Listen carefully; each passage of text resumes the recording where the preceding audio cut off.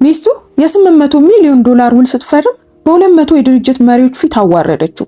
ሀብት ማንነትን አይቀይረውም፣ ይገልጠዋል እንጂ።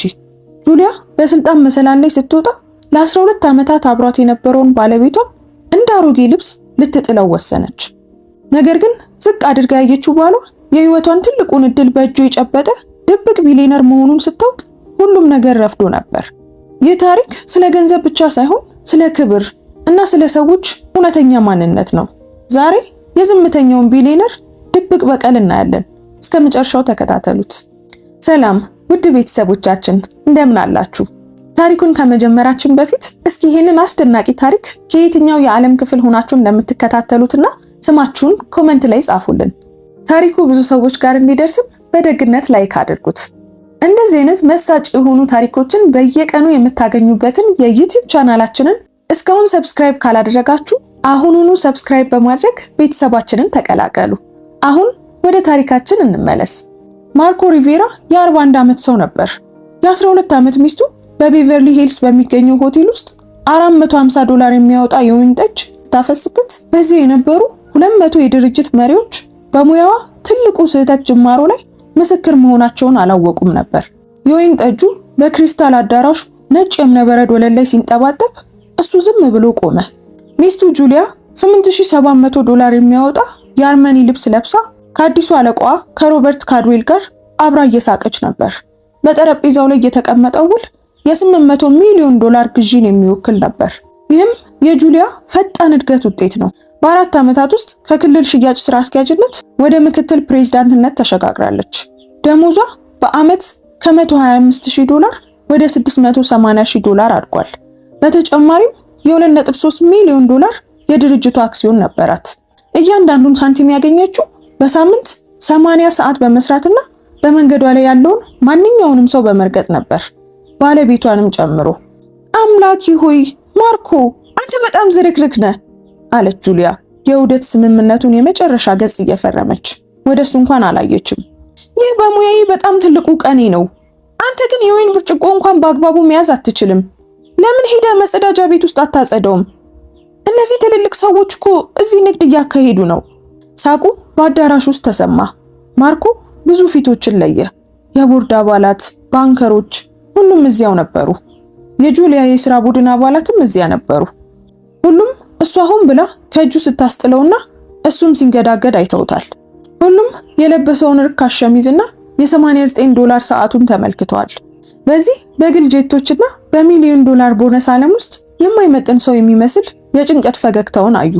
ማንም የማያውቀው ነገር ቢኖር ጁሊያም በስልጣን መሰላል ላይ ስትወጣ ልብ ያላለችው ነገር ቢኖር ማርኮ ሪቬራ እሷ እንደምታስተዋውቀው በአመት $73,000 የሚያገኝ ደካማ አማካሪ እንዳልሆነ ነው። እሱ የካልድዌል ኢንዱስትሪ ዋና ባለ አክሲዮንና መስራች ነበር። ይህም የእሷን ኩባንያ ሊገዛ የነበረው የ4.2 ቢሊዮን ዶላር ድርጅት ነው። የምትፈርመው ውል እሷ በማትገምተው መንገድ ሊያጠፋት እንደሆነ አላወቀችም። ነገር ግን ማርኮ ይህንን አሁን መግለጥ አልፈለገም። ይህንን ቅስፈት ከ1 ዓመት ከ6 ወር በፊት ሲያቅደው ቆይቷል። ጁሊያ ከጠበቃዋ ጋር ስልክ ስታወራና አክሲዮኖቿ ዋጋ ሲያወጡ እሱን ለመተው ስታቅድ ከሰማበት ቀን ጀምሮ ከዛ ቀን ጀምሮ እሺ ውዴ አለ ማርኮ በቀስታ ከጠረጴዛው ላይ ጨርቅ እያነሳ ነበር። ይቅርታ እኔ እስከዚያው መቀበያው ክፍል ጋር እጠብቃለሁ። መጠበቅ አያስፈልግህም አለች ጁሊያ ወደ ሮበርት ዞር እያለች። ይሄ ራት ረጅም ጊዜ ይወስዳል። በታክሲ ወደ ቤት ሂድ። እኔ በምፈልግበት ጊዜ ስጨርስ እመለሳለሁ። ማርኮ በሚገባ እየተወነ ነበር። ላለፉት 4 ዓመታት ሲያደርገው የነበረው ይሄንን ነው።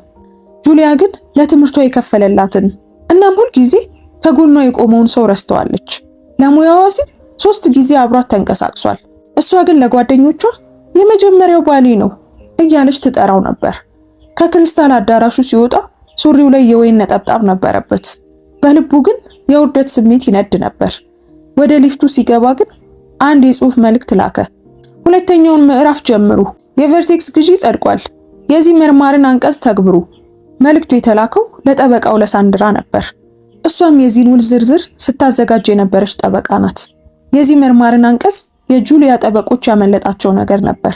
ይህም አንቀጽ 12.4 ሲ በሚባለው ክፍል ውስጥ ተቀብሮ የሚገኝ ነበር። ማርኮ የተማረው ትልቁ በቀል ድምጽ የሌለውና በውሎች ውስጥ የተቀበረ ነበር። የማርኮ ታሪክ የጀመረው ከ19 ዓመታት በፊት በስታንፎርድ ዩኒቨርሲቲ ነበር። እሱ በገበያ ትንበያ ላይ ልዩ ተሰጥኦ ያለው ወጣት ነበር። ከሮበርት ጋር በመሆን ስምምነት አደረጉ። ማርኮ ዕውቀቱን ሲያመጣ፣ ሮበርት ደግሞ ገንዘቡንና ዝናውን ይዞ መጣ። ማርኮ 60 በመቶ ድርሻ ይዞ ድብቅ ባለቤት ለመሆን ተስማሙ። ስምምነቱ በጣም ጥብቅ ነበር። ማርኮ በህዝብ ፊት አይታወቅም።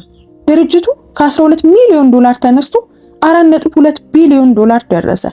ማርኮ ሁሉንም ውሳኔዎች ሲወስን፣ ሮበርት ደግሞ በዝግጅቶች ላይ ምስጋናውን ይቀበል ነበር። ማርኮ በዚህ ደስተኛ ነበር፣ ምክንያቱም ሀብቱ 847 ሚሊዮን ዶላር ደርሶ ነበር። ከዚያም ጁሊያን በ2012 አገኛት። እሷ ጎበዝና ታላቅ ምኞት ያላት ሴት ነበረች። ከ8 ወራት በኋላ ተጋቡ። ማርኮ ግን እውነተኛ ሀብቱን አልነገራትም ነበር። መጀመሪያ ላይ ፈተና ነበር፣ ምክንያቱም እናቱ በገንዘቧ ምክንያት ወንዶች ሲጠቀሙባት አይቷል። ነገር ግን ጁሊያ በስራዋ ስታድግ ማርኮ ማንነቱ ሳይታወቅ መቆየቱን መረጠ። በስራዋ እንዲሳካላት በድብቅ ይረዳት ነበር። እሷ ግን ያገኘችውን እድል ሁሉ በራሷ ጥረት ብቻ ያገኘች ይመስላት ነበር። መጠነኛ ቤት ገዝተው ይኖራሉ። ጁሊያ ውድ መኪና ስትነዳ፣ እሱ ግን አሮጌ መኪናውን ይይዝ ነበር። ነገር ግን ችግሩ የተፈጠረው እዚህ ጋር ነው። ጁሊያ ትልቅ ቦታ ስትይዝ ባህሪዋ እየተቀየረ መጣ። የማርኮ ዝቅተኛ ደሞዝ ለሷ በቂ አልሆነም። እሱን ማሳነስ ጀመረች። ውድ ድግሶችን ለብቻዋ መሄድ ጀመረች። እሱን እንደ ውርደት ትቆጥረው ነበር። ማርኮ ስለሚወዳት ታገሳት። ነገር ግን ከ1 ዓመት ከ6 ወር በፊት አንድ ነገር ተከሰተ። አንድ ቀን ማርኮ ቀድሞ ወደ ቤት ሲመለስ ጁሊያ ስልክ ላይ ስታወራ ሰማት። እንዲህ ትል ነበር፣ ይህ ግዢ እንደተጠናቀቀ እሱን እፈተዋለሁ። ኡፍ፣ እሱ እኮ ለኔ ሸክም ነው። ማርኮ በኩሽናው በር ላይ ቆሞ ሁሉንም ነገር ሰማ። ህጉ ደግሞ ግማሽ ሀብቴን እንዲያገኝ ይፈቅድለታል። ነገር ግን ጠበቃዬ ይህንን ነገር ለመቀነስ እየሰራ ነው አለች። እኔ እኮ በአመት 680,000 ዶላር አገኛለሁ። እሱ ግን ሁልጊዜ ስለ ኮምፒውተር ጥገና ብቻ ነው የሚያስበው። እንዴ የተሻለ ሰው ይገባኛል አለች። ሮበርት ካድዌል ራሱ ማርኮን ቆይ ላንቺ የሚመጥን አይምሮ አለው እንዴ ብሎ ጠይቆኛል ስትል ሳቀች። ማርኮ ሚስቱ ልክ እንደ አሮጌ ጋር ልትጥለው ስታቅድ ለ10 ደቂቃ ያህል ቆሞ ሰማ። ከዚያ ምንም እንዳልሰማ ሆኖ ወደ ውስጥ ገባ። በዚያች ሌሊት ማርኮ 3 ውሳኔዎችን ወሰነ። አንደኛ፣ እቅዷን እንድትቀጥል መፍቀድ። ሁለተኛ፣ ግዢው እንዲፈጸም ማድረግ። ሶስተኛ፣ ሰዎችን ዝቅ አድርጎ አለመመልከትን ትምህርት መስጠት። ጠበቃውን ሳንድራን ደወለላት። ውሉን በአዲስ መንገድ እንዲያዘጋጁ ታዘዛት። በውል ውስጥ ያለው አንቀጽ ማንኛውም የቨርቴክስ መሪ ግዢው ከተፈጸመ በ24 ሰዓት ውስጥ የፍቺ ጥያቄ ካቀረበ ጥቅማ ጥቅሙን ያጣል ይላል። ይህ አንቀጽ ሆን ተብሎ ለጁሊያ ተብሎ የተዘጋጀ ነበር። እሷ ፍቺ ከጠየቀች 8.8 ሚሊዮን ዶላር ታጣለች። ነገር ግን ማርኮ በዚህ አላቆመም። እውነተኛ ሀብቱን ሊገልጽ አቀደ። ጁሊያ በፍቺው ወቅት የማርኮንን ግማሽ ሀብት ማለትም 127 ሚሊዮን ዶላር የማግኘት መብት ይኖራት ነበር። ነገር ግን እሱን ዝቅ አድርጋ ስለተመለከተችው ይህንን አታውቅም ነበር። ጁሊያ እሱን በሰዎች ፊት ስታዋርደው ማርኮ አንድ ነገር ተሰማው። ምርጫዋን ታደርጋለች እናም ውጤቱን ትቀበላለች። ከ3 ቀናት በኋላ ጁሊያ ለአዲሱ ስራዋ ስትዘጋጅ ማርኮ በቢሮ ውስጥ ሆኖ ያያት ነበር። ጁሊያ ሮበርትን ለማስደመም አቅዳ ነበር። ማርኮ ግን በዚያ ስብሰባ ላይ እንደሚገኝ አላወቀችም። ሮበርት ለማርኮ መልእክት ላከ። በእርግጥ ይህንን ማድረግ ትፈልጋለህ? ማርኮም አሁን የማይታይ መሆኑ የሚያበቃበት ጊዜ ደርሷል ሲል መለሰ። ማርኮ ወደ ቢሮ በግል ሊፍት ገባ። በዚህ የነበሩት የቦርድ አባላት ሁሉ ማርኮንን ያውቁትና ያከብሩት ነበር። ማርኮ በዚያ ቀን በጣም ውድ የሆኑ ልብሶችንና ውድ ሰዓት አድርጎ ነበር። ማርኮ ጁሊያን ስታዋርደው የነበረውን እያሰበ ውሳኔውን አጸና። የቨርቴክስ መሪዎች ሲመጡ ጁሊያ በጣም ተቆርቋሪና በራስ መተማመን ያላት ትመስል ነበር። ሮበርት ንግግር ጀመረ። ለዚህ ሁሉ ስኬት መሰረት የሆነውን ሰው ላስተዋውቃችሁ አለ። ጁሊያ ማርኮ የሚለውን ስም ስትሰማ አንድ ተራ ሰራተኛ መስሏት ነበር። ነገር ግን ባለቤቷ በክብር ተቀምጦ ስታየው በጣም ደነገጠች። ማርኮም ቆሞ እንዲህ አለ፣ እኔ ማርኮ ሪቬራ እባላለሁ። የዚህ ድርጅት 60 በመቶ ባለቤትና ዋና መስራች ነኝ። ጁሊያ ፊቷ ነጣ። አንዱ የሥራ ባልደረባው አንተ የቴክኒክ ባለሙያ መስለኸኝ ነበር አለ። ማርኮ እውነቱን ሲገልጥ ጁሊያ በድንጋጤ ውስጥ ነበረች። አሁን በስራው ላይ ንቁ ተሳትፎ ለማድረግ ወስኛለሁ አለ ማርኮ። ጁሊያ በጭንቀት ማርኮ ይህንን መቼ ነው ልትነግረኝ ያሰብከው አለች። ማርኮም ይሄ በጣም አስደሳች ጥያቄ ነው ሲል መለሰላት። ማርኮ የቀጣዮቹን 24 ወራት የቀን መቁጠሪያ ያሳያቸው። ጁሊያ በእነዚህ ጊዜያቶች ውስጥ ፍቺ ከጠየቀች 8.8 ሚሊዮን ዶላር ልታጣ እንደምትችል አሳያት። ጁሊያ በግል እንድታናግረው ጠየቀችው። ማርኮ ግን መጀመሪያ ስብሰባውን እንጨርስ፣ ለሙያሽ ትልቁ ቀን እንደሆነ ለ200 ሰዎች ተናግረሻል አላት። ማርኮ ስለ ድርጅቱ ውህደት በጣም ጥልቅ የሆነ ትንታኔ ሰጠ። ጁሊያ ግን ዝም ብላ በመቅነጥነጥ ትመለከተው ነበር። ያ በራስ መተማመኗ ጠፍቷል። ሮበርት ለእረፍት ስብሰባውን ሲያቆም ጁሊያ ወደ ማርኮ መጣች። ክፍሉ በፍጥነት ባዶ ሆነ። የቨርቲክስ አመራሮች በኮሪደሩ ላይ ተሰብስበው በቁጣና በሹክሹክታ ያወሩ ነበር። ማርኮ ውይይቱን መገመት ይችል ነበር። ቆይ ግን ባሏ ቢሊየነር መሆኑን ታውቅ ነበር? ቆይ ካድዌል ኢንዱስትሪ የሱ ከሆነ ለምን በ680,000 ዶላር ቤት ውስጥ ትኖራለች? ለምንስ ለሁላችንም እሱ የአይቲ አማካሪ እንደሆነ ብቻ ነገረችን? ጁሊያ ልክ ሊያጠቃት እንደሚችል ነበር ቀስ እያለች ወደ ማርኮ ቀረበች። ያንቺ ቢሮ ወይስ የኔ? ማርኮ በደግነት ጠየቃት። እዚህ ቢሮ አለ? አሁን በ45ኛው ፎቅ ላይ የግል ቢሮ አለኝ። ነይ። ወደ ሊፍቱ መራት። ልዩ የቁልፍ ካርድ አስገብቶ በዝምታ ወደ ላይ ወጡ። 45ኛ ፎቅ የሥራ አስፈጻሚዎች ክልል ብቻ ነበር። 6 ቢሮዎች ቢሆኑ ሁሉም አስደናቂ እይታ ያላቸው የማዕዘን ክፍሎች ነበሩ። የማርኮ ቢሮ በኮሪደሩ መጨረሻ ላይ የሚገኝ 800 ስኩዌር ስፋት ያለውና በግድግዳው ላይ የተሰሩ የመጽሐፍ መደርደሪያዎች ያሉት በ18000 ዶላር የተገዛ ቆንጆ የጣሊያን ቆዳ ሶፋ ያለው በ23000 ዶላር የተሰራ የእንጨት ዴስክ ነበረው። ጁሊያ ወደ ህልም ወይም ወደ ቅዠት እንደሚገባ ሰው ወደ ውስጥ ገባች። ተቀመጪ አላት ማርኮ ከዴስኩ ፊት ለፊት ወዳሉት ወንበሮች እያመለከተ። ተቀመጠች። እሱ ግን ቆሞ የሎስ አንጀለስን ከተማ እይታ ወደ ውጭ ይመለከት ነበር። ይህን ኩባንያ ከያዝከው ምን ያህል ጊዜ ሆነ? የጁሊያ ድምጽ በሹክሹክታ ያህል ነበር። 19 ዓመታት ከመገናኘታችን በፊት። ቆይሽ ለምን አልነገርከኝም? ማርኮ ወደሷ ዞረ። በመጀመሪያ የወደድሽኝ እኔን እንጂ ያለኝን ነገር አለመሆኑን ማረጋገጥ ፈልጌ ነበር። እናቴ በካሳ ያገኘችውን ገንዘብ ብቻ በሚፈልጉ ወንዶች ስትታለል አይቻለሁ። ጥንቃቄ ማድረግን ከሷ ተምሬያለሁ።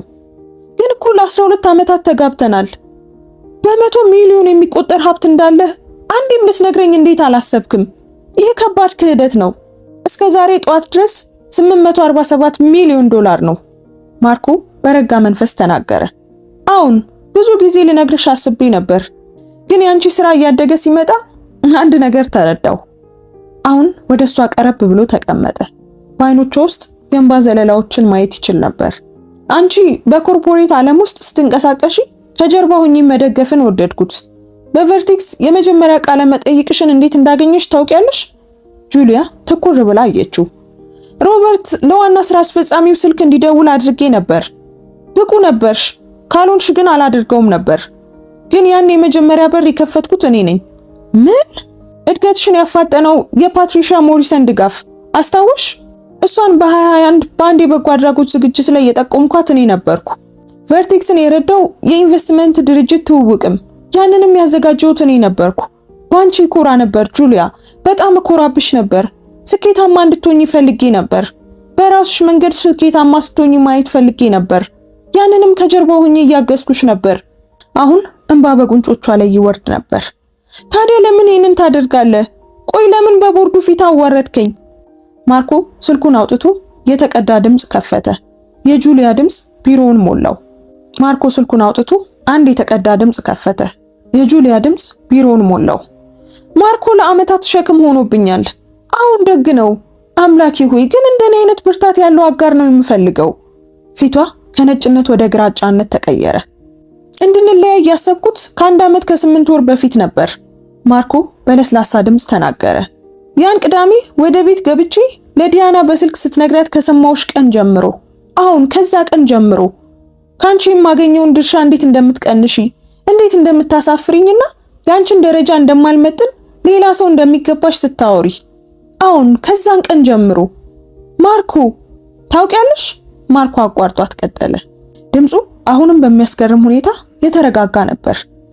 በካሊፎርኒያ የጋራ ንብረት ሕግ መሰረት በትዳራችን ውስጥ ካገኘነው ንብረት ግማሹ ይገባሻል። የኩባንያው ባለቤትነቴ ከጋብቻ በፊት የነበረ ቢሆንም በትዳራችን ውስጥ 12 ዓመታት ውስጥ ያደገው ዋጋ ወደ 254 ሚሊዮን ዶላር የሚጠጋ ጭማሪ እሱ የጋራ ሀብታችን ነው። የአንቺ ድርሻ ወደ 127 ሚሊዮን ዶላር አካባቢ ይሆናል። የጁሊያ አፍ ተከፈተ።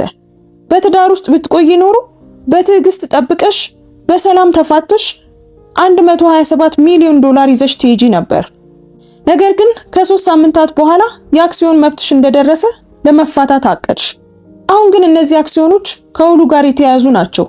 እስከ ኖቬምበር 2026 በፊት የፍቺ ጥያቄ ካቀረብሽ 8.8 ሚሊዮን ዶላር ታጫለሽ። ይህ ሁሉ የሆነው መጠበቅ ስላልቻልሽ ነው። የበለጠ የሚመጥንሽን ሰው ፈልጋለሁ ስላልሽ። እኔ ይህንን አላውቅም ማርኮ፣ እባክህን። በጣም ተበሳጭቼ ነበር እንጂ ከልቤ አይደለም። እያንዳንዱን ቃል ማሰብ ነበረብሽ አለ ማርኮ። ትዳር ሰልችቶሽ መሄድ መብትሽ ነው፣ ግን እኔ የሌለኝን ግማሽ ንብረት ለመውሰድ እያቀድሽ እኔን እንደ ዋጋ ቢስ ልታይኝ መብት የለሽም። በ200 ሰዎች ፊት ልታዋርጅኝ መብት የለሽም። እንደ ተበዳይ ለመሆን መብት የለሽም። ተነስቶ ወደ በሩ ሄደና ከፈተው። የውህደት ስብሰባው በ45 ደቂቃ ውስጥ ይቀጥላል። ከዚያ በፊት ሜካፕሽን ብታስተካኪ ይሻላል። አዳዲሶቹ የሥራ ባልደረቦችሽ ባልሽ የኩባንያው ባለቤት መሆኑን ለምን እንዳላወቅሽ እያሰቡ ነው። እሱን እንደ ኢምንት ስለምቆጥረው ትኩረት አልሰጠውትም ብሎ ማስረዳት ደግሞ ይከብድሻል። ጁሊያ በሚንቀጠቀጡ እግሮቿ ቆመች። ቆይ እሺ ምን ልታደርግ ነው? ልታባርረኝ ነው? ስራዬንስ ልታበላሸው ነው? ላባርርሽ? በፍጹም። በስራሽ በጣም ጎበዝ ነሽ። ካድዌል ኢንዱስትሪ በግል ጉዳይ ምክንያት ችሎታን አያባክንም። በስራሽ እስካለሽ ድረስ ቦታሽ የተጠበቀ ነው። ላፍታ ቆመ። ግን ዛሬ ማታ የፍቺ ጥያቄ አቀርባለሁ። ሳንድራ ወረቀቶቹን ለ3 ወራት ያህል ስታዘጋጅ ቆይታለች። ግን የውሉ አንቀጽ የሚያመለክተው ፍቺውን የጀመረው አመራር ነው። እኔ ስለጀመርኩት እስካሁን ምንም አታጭም። በፊቷ ላይ እፎይታ ታየ። በእውነት ቸርነት ያደረገላት መሰላት። ነገር ግን የፍቺ ጥያቄ በሕግ እንደሚጠይቀው የንብረቶቼን ሁሉ መግለጫ ይይዛል። በህይወትሽ ያሉ አማካሪዎች በሙሉ 127 ሚሊዮን ዶላር እንደሚገባሽ ይነግሩሻል። እናም ያንን ገንዘብ ለማግኘት መታገል አለብሽ። ይህም ማለት እኔ ምንም እንደሌለኝ አስበሽ ልትፈቺኝ እንደነበር ሁሉም ያውቃል ማለት ነው። ወይም ደግሞ ምንም ሳትይዥ ወጥተሽ ክብርሽን ትጠብቂያለሽ ማለት ነው። ይህ እኮ ማታለል ነው። አንቺ ልትሰጪኝ ያሰብሽውን ነው እየሰጠሁሽ ያለሁት። ማርኮ አረማት። ልዩነቱ እኔ እውነቱን ፊት ለፊት ስለነገርኩሽ ነው። የትኛው የበለጠ ዋጋ እንዳለው ለመወሰን ጊዜ ሰጥቼሻለሁ። ዝም ብለሽ ብትጠብቂ ኖሮ የምታገኙን ገንዘብ ወይም ያለማንም እርዳታ እዚህ የደረስኩ ነኝ የሚለውን ስምሽን። ሰዓቱን ተመለከተ። ከጁሊያ ውድ መኪና በላይ ዋጋ ያለው ሰዓት ነበር። ለስብሰባው 42 ደቂቃዎች ቀርተዋል። ራስሽን እንድታረጋጊ መክርሻለሁ። ጊዜው ሰጂ። ጁሊያ ወደ ኮሪደሩ ሄደች። ሊፍቱ ጋር ስትደርስ ወደ ኋላዋ ዞረች። በእውነት ግን ወደኸኝ ታውቃለህ ወይስ ይሄ ሁሉ ድራማ ነበር? ለመጀመሪያ ጊዜ የማርኮ ቁጥጥር ላላ። ድምፁ ተሰባበረ። ከማንም በላይ ወድጄሽ ነበር። ህይወትን ከምትገነቢለት ሰው ጋር እንደምታደርጊው ሁሉንም ነገር ሰጥሽ ነበር። ግን አንቺ እኔን እንደ ሸክም አየሽኝ። የአይቲ አማካሪ ስባል ጊዜሽን የሚመጥን እንዳልሆን ወሰንሽ። ስለዚህም አዎ ይህንን አዘጋጀሁት። ያንን ውል እንድትፈርሚ ፈቀድኩ። በሁሉም ፊት ወይን እንድታፈሽብኝ ፈቀድኩ። ምክንያቱም ካገባኋት ከወደድኳት ሴት ውስጥ የቀረ ነገር ካለ ማወቅ ፈልጌ ነበር። እኔ ማን እንደሆንኩ ስታውቂ ለበደልሽኝ ነገር ጸጸት እንዲሰማሽ ማየት ፈልጌ ነበር። አይኖቿን አያቸው። ግን አሁን የማየው ጸጸት አይደለም። ያን 127 ሚሊዮን ዶላር እንዴት ማዳን እንደምትችይ ስታሳይ ነው። ለጓደኞችሽ እኔ እንዳታለልኩሽ አድርገሽ ተጎጂ ለመምሰል ስታስቢ ነው የሚታየኝ። ስለዚህ ጁሊያ አንቺ የእውነት የወደድሽኝ አይመስለኝም። የሰጠውሽ መረጋጋትን የወደድሽው። ባስፈለገሽ ጊዜ ደግሞ እኔንም ጥለሽ ለተሻለ ነገር ሮጠሻል። የሊፍቱ በር ተከፈተ። ጁሊያም ገባች። ይህ በዚህ አያበቃም አለች። አሁን ማርኮም በዝምታ መለሰ። ግን ደግሞ በእውነት አብቅቷል። በሮች ተዘጉ። ማርኮ በኩባንያው ኮሪደር ላይ ብቻውን ቆመ። ሚስቱ ለማስደመም የምትሞትለትን ኩባንያ እሱ ነው የገነባው። ግን አሁን ምንም አልተሰማውም። የፍቺ ወረቀቶቹ ለጁሊያ ደረሷት። ማርኮ ያን ጊዜ የመረጠው ሆነ ብሎ ነበር። ለቦርዱ ዋና ገለጻ ከመስጠቷ ጥቂት ቀደም ብሎ ያጣችውን ነገር እያወቀች ወደ ስብሰባው እንድትገባ ፈልጎ ነበር። ወረቀቶቹ 67 ገጾች ነበሯቸው። ገጽ 12 ላይ የማርኮን 60% ድርሻን ይገልጻል፣ 847 ሚሊዮን ዶላር። ገጽ 34 ላይ በትዳር ውስጥ ያደገውን 254 ሚሊዮን ዶላር ያሳያል። ጁሊያ በሕግ ልትጠይቅ የምትችለው ድርሻ 127 ሚሊዮን ዶላር ነበር። ማርኮ ግን ያቀረበላት ስምምነት 840 ሚሊዮን ዶላር ብቻ ነበር። የቤቱን ግማሽ ዋጋና ቁጠባዎቻቸውን ብቻ። ለቀሪው 127 ሚሊዮን ዶላር ፍርድ ቤት መታገል ይኖርባታል። የማርኮ ጠበቃዎች ደግሞ ይህንን ትግል በጣም ግልጽና ውድ ለማድረግ ተዘጋጅተዋል። የጁሊያ የ10 ሰዓት ገለጻ ውድቀት ነበር። ስትናገር ትንተባተብ ነበር። ቁጥሮቹም ይቀላቀሉባት ነበር። በመጨረሻም ሽንት ቤት ገብታ ለ20 ደቂቃ ቆየች። ማርኮ በቢሮ ሆኖ በቪዲዮ ሁሉን ነገር ይመለከት ነበር። ትንሽ አዘነላት፣ ግን በልብሱ ላይ የፈሰሰውን ወይን አሰበ። አዋቂዎች ስራ እየሰሩ ነው ያለችውን አሰበ። ያ የርህራሄ ስሜቱ ወዲያው እንዲጠፋ አደረገው። በሚቀጥሉት 3 ሳምንታት 4 የተለያዩ ጠበቃዎችን አማከረች። ሁሉንም ያንኑ ነገሯት። 127 ሚሊዮን ዶላር የማግኘት እድሏ ከፍተኛ ነው፣ ግን ጉዳዩ ከ2 እስከ 3 ዓመታት ሊፈጅ ይችላል። በዚያው ልክ ትዳሯ ማርኮንን እንዴት እንደናቀችው ሁሉም ነገር ለህዝብ ይፋ ይሆናል። ጠበቋ ሬቤካ እንዲህ አለቻት፣ ይህ ስምምነት በጣም ትንሽ ነው፣ ግን በኮርፖሬት ዓለም ውስጥ ያለሽን ስም አስቢ። ባለቤትሽን እንዴት ልትፈቺው እንዳሰብሽና ሀብቱን ሳታውቂ እንዴት እንደናቅሽው ለህዝብ ከታወቀ ስምሽ ይጠፋል። ታዲያ ከሚገባኝ 1% በታች ተቀብዬ ልወጣ ነው? አይ ተደራደሪ፣ 10 ወይም 15 ሚሊዮን ጠይቂ። ጁሊያ 15 ሚሊዮን ዶላር ጠየቀችው። የማርኮ መልስ ግን በ24 ሰዓት ውስጥ መጣ። 840,000 ዶላር። ይሄ የመጨረሻው ነው፣ አለበለዚያ ግን ፍርድ ቤት እንገናኝ። በዲሴምበር አጋማሽ ላይ የጁሊያ ህይወት አስቸጋሪ ሆነ። አሁንም ካድዌል ውስጥ ትሰራለች። አሁንም ማርኮን በስብሰባዎች ላይ ታየዋለች። እሱ ሁልጊዜም እንደ ማንኛውም አመራር በአክብሮት ያናግራታል፣ ግን ለግል ህልውና ደንታ አልነበረውም። ይህ ደግሞ ከጭካኔ በላይ ይከብድ ነበር። የሥራ ባልደረቦቿም ጉዳዩን ደርሰውበታል። ባለቤቷ የኩባንያው ባለቤት መሆኑን ያላወቀችው አመራር ወሬ በክፍሉ ተሰራጨ። ግሬግ ተርነር በዲሴምበር 18 ላይ አግኝቷት ጠየቃት። እውነት ነው? ማርኮ ባለቤቱ መሆኑን አታውቂም ነበር? የግልና የሙያ ህይወታችንን እንለያይ ነበር፣ ለዛ ነው ብላ ለመከላከል ሞከረች። ጁሊያ እባክሽ፣ የአይቲ አማካሪ ነው ብለሽ ታስተዋውቂው ነበር። በፊታችን አዋርደሽዋል። ያን ያደረግሽው ደግሞ ስለናቅሽው ነው። አሁን እውነቱን ሁሉም አውቋል። ለ12 ዓመታት ዋሽቶሻል። ወይስ አንቺ ጠይቀሽው አታውቂም? 70,000 ዶላር ያገኛል የሚባል ሰው እንዴት እንዲህ ያለ ብልህ ምክር ይሰጠኛል ብለሽ አልጠረጠርሽም? ግሬስ ራሱን ነቀነቀ። ማርኮ ምን ያህል ብልህ እንደሆነ አይተናል። አንቺ ግን የሚገባውን ክብር አልሰጠሽውም። ትቷት ሄደ። ጁሊያ ከአፍረቷ ጋር ብቻዋን ቀረች። የመጨረሻው ነጥብ የመጣው ግን በጃንዋሪ 8 2025 በቦርዱ ራት ላይ ነበር። ማርኮ ፓትሪሺያ ሞሪሰንን ይዞ መጣ፣ እንደ ፍቅረኛ ሳይሆን ልክ እንደ ስራ ባልደረባ።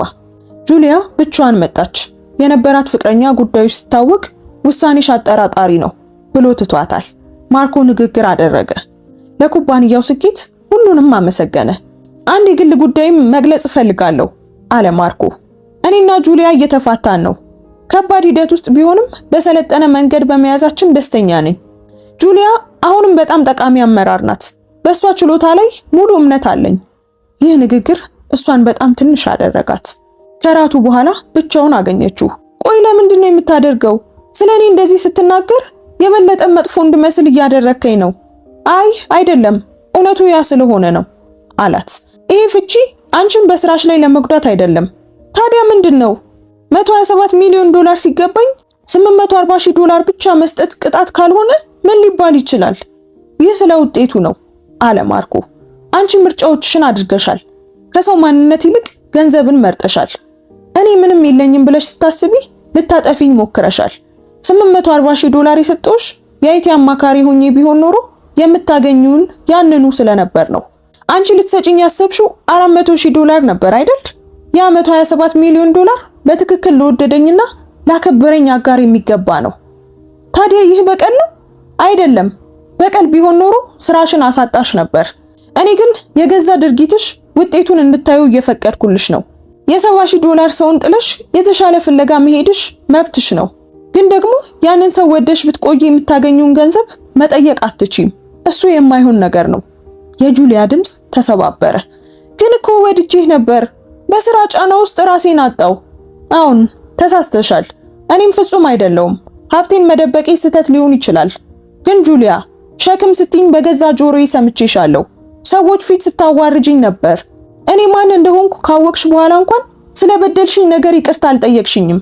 ሁል ጊዜም የምታወሪው ስላጣሹ ገንዘብ ብቻ ነው። ወደ በሩ ሄደ። አንድ ነገር ልንገርሽ፣ ስኬት ማንነትሽን አይቀይረውም፣ ይገልጧል እንጂ። ስኬታማ ስትሆኚ ከታማኝነት ይልቅ ስምን እንደምትመርጪ አወቅኩኝ። አሁን $840,000 ፈርሚና በስራሽ ላይ ቀጥይ። ምናልባት አንድ ቀን ያጣሹ ገንዘብ ሳይሆን እውነተኛው ዋጋ ምን እንደነበረ ይገባሽ ይሆናል። በፌብሩዋሪ 3 2025 ጁሊያ ስምምነቱን ፈረመች። $840,000ና መኪናዋን ይዛ ወጣች። ፍቺው በፌብሩዋሪ 28 ተጠናቀቀ። ጁሊያ በኩባንያው ውስጥ ለ8 ወራት ብትቆይም በጣም ደስተኛ አልነበረችም። በጥቅምት 2025 በሳን ፍራንሲስኮ ሌላ ስራ አገኘች። በአመት $720,000 ደሞዝ። አዲስ ህይወት ለመጀመርና ትክክለኛ ውሳኔ ማድረጓን ራሷን ለማሳመን ሞከረች። ማርኮ ግን ይበልጥ ታዋቂ ሆኖ ነበር። በመጽሔቶች ላይ ስለ ስኬቱ ተጻፈ። ማርኮ ለአመት ያህል ከማንም ጋር አልተቀራረበም። በመጨረሻም ዶክተር ሊያ ማርቴዝ የምትባል ሳይንቲስት አገኘ። ሊያ ማርኮ ማን እንደሆነ አታውቅም ነበር። በሶስተኛ ቀጠሯቸው $73 ሂሳብ ለመክፈል ስትጋፋ ማርኮ በጣም ሳቀ። ምንድነው የሚያስቅ? ከአንድ ሰው ጋር የፒዛ ሂሳብ መክፈል ምን ያህል ደስ እንደሚል አታውቂም አላት። በስድስተኛው ቀጠሯቸው ሁሉንም እውነት ነገራት። ያቸው አሮጌ መኪናው ውስጥ ነበሩ። ቆይ አንተ ያ ማርኮ ነህ? የ$800 ሚሊዮን ባለቤቱ? እና ቆይ ለምንድን ነው ይሄንን አሮጌ መኪና የምትነዳው? ምክንያቱም ወደምፈልገው ቦታ ያደርሰኛል። ገንዘቤን ደግሞ ለሚጠቅም ነገር ላይ ማዋል እመርጣለሁ። ሊያ አንቺን የወደድኩሽ ስለማንነትሽ ነው። ከ11 ወራት በኋላ እጮኛዋ አደረጋት። ሰርጋቸው ቀላልና ቆንጆ ነበር። ከ2 ዓመት በኋላ ጁሊያ የማርኮንን የሰርግ ዜና አየች። እሷም ከጠበቃ ፍቅረኛዋ ጋር ሰርግ እያዘጋጀች ነበር። የማርኮንንና የሊያን ፎቶ ስታይ ልቧ ተሰበረ። ያጣችው $127 ሚሊዮን ብቻ እንዳልሆነ ገባት። ሁሉንም ያገኘች መሰላት፣ ግን ባዶነት ተሰማት። ለሰርጉ ካርድ ላከች። ስለ ገንዘቡ ሳይሆን ስለ ሁሉም ነገር ይቅርታ፣ ደስተኛ እንድትሆን እመኛለሁ የሚል ነበር። ማርኮ ካርዱን አነበበው። ትመልስላታለህ አለች ሊያ። ማርኮም ለረጅም ጊዜ አሰበ። አይ አለ በመጨረሻ። አንዳንድ ምዕራፎች መጨረሻ ብቻ ነው የሚያስፈልጋቸው። ካርዱን ቀደደው። የሚስቱን እጅ ይዞ ፀሐይ ስትጠልቅ ለማየት ሄዱ። ጁሊያ ትምህርቷን በከባድ መንገድ ተምራለች። ማርኮም ተምሯል። ያለ አክብሮት ያለ ፍቅር ዋጋ እንደሌለው አውቀዋል። ያን $127 ሚሊዮን ማርኮ ለድሆች ተማሪዎች ስኮላርሺፕ ሰጠው። ስሙንም በረዳው መምህሩ ስም ሰየመው። ስኬት ማንነትን አይቀይርም፣ ይገልጧል እንጂ። የጁሊያ ትልቁ ኪሳራ ገንዘብ ሳይሆን ያጣችው አጋር ነበር። አንዳንድ ጊዜ ምርጡ በቀል ሰዎችን ለራሳቸው ምርጫ ውጤት መተው ነው። ውድ ቤተሰቦቻችን የዛሬው ታሪካችን ይህንን ይመስል ነበር። እንዴት አገኛችሁት? ምንስ ተማራችሁበት? ኮሜንት ላይ ሐሳብ አስተያየታችሁን አስቀምጡልን። ቪዲዮውን እዚህ ድረስ ከተመለከታችሁትና ታሪኩን ከጨረሳችሁት ጨርሼዋለሁ እያላችሁ ኮሜንት ላይ ጻፉልኝ። ታሪኩን ከወደዳችሁት ላይክ እና ሼር ማድረግም እንዳትረሱ። እንደዚህ አይነት መሳጭ የሆኑ ታሪኮች በየዕለቱ የምናቀርብበትን የዩቲዩብ ቻናላችንን ሰብስክራይብ በማድረግ ቤተሰባችንን ተቀላቀሉ። እንወዳችኋለን። እናመሰግናለን። ቸር ቆዩን።